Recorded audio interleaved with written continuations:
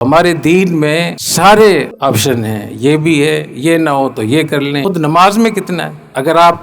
صحیح سلامت ہیں، آزاد سلامت ہیں، اب کھڑے ہو کر نماز فرض ہے، لیکن اگر آپ کے پاؤں نہیں ہے تو کھڑا ہونا فرض ہوگا آپ کے لیے؟ نہیں ہے نا۔ آپ رکوع نہیں کر سکتے تو رکوع فرض نہیں ہوگا، سجدہ نہیں کر سکتے تو بیٹھ کر نماز نہیں پڑھ سکتے تو آپ لیٹ کر نماز پڑھیں۔ تو بالکل اسی طریقے سے اسلامی ریاست، اسلامی اسکول، اسلامی یونیورسٹی اور اسلامی ریاست کے کوئی بھی محکمہ کسی جگہ یہ نہیں کہہ سکتا کہ اب ہم یہاں بند ہو گئے ہیں، راستہ بند ہے، آگے بند کے لیے۔ اسلام پہلے سے کھڑا ہوگا آپ کو راستہ دینے کے لیے۔ یہ ہمارا دعویٰ ہے کہ دنیا کا کوئی بھی مشکل سے مشکل ایشو ہو، کوئی چیلنج ہو، کوئی بحران ہو، تو نبی کریم صلی اللہ علیہ وسلم اور خلفاء راشدین کی سیرت میں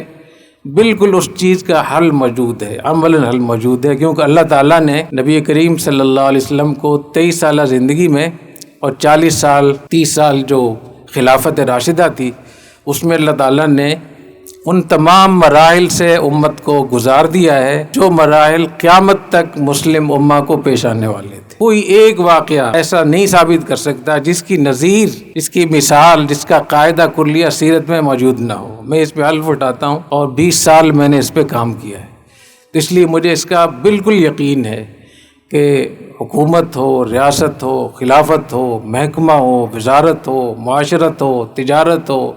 حرفت ہو، صنعت ہو، مدرسہ ہو، اسکول کالج ہو،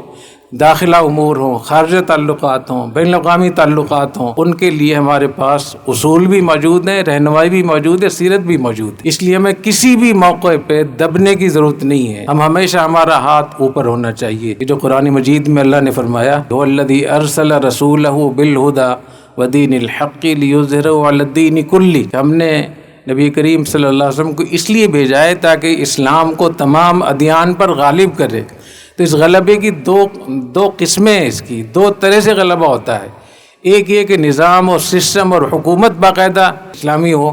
اور مکمل اس پہ عمل ہو رہا ہو، اور دوسرے ہے کہ جو اسلام ہے بحیثیت حجت کے، دلیل کے اعتبار سے اس کو غالب کریں۔ یہ قیامت تک ہم سب پہ فرض ہے کہ جب بھی اسلام پہ الغار ہوگی، اسلام کے خلاف بات ہوگی،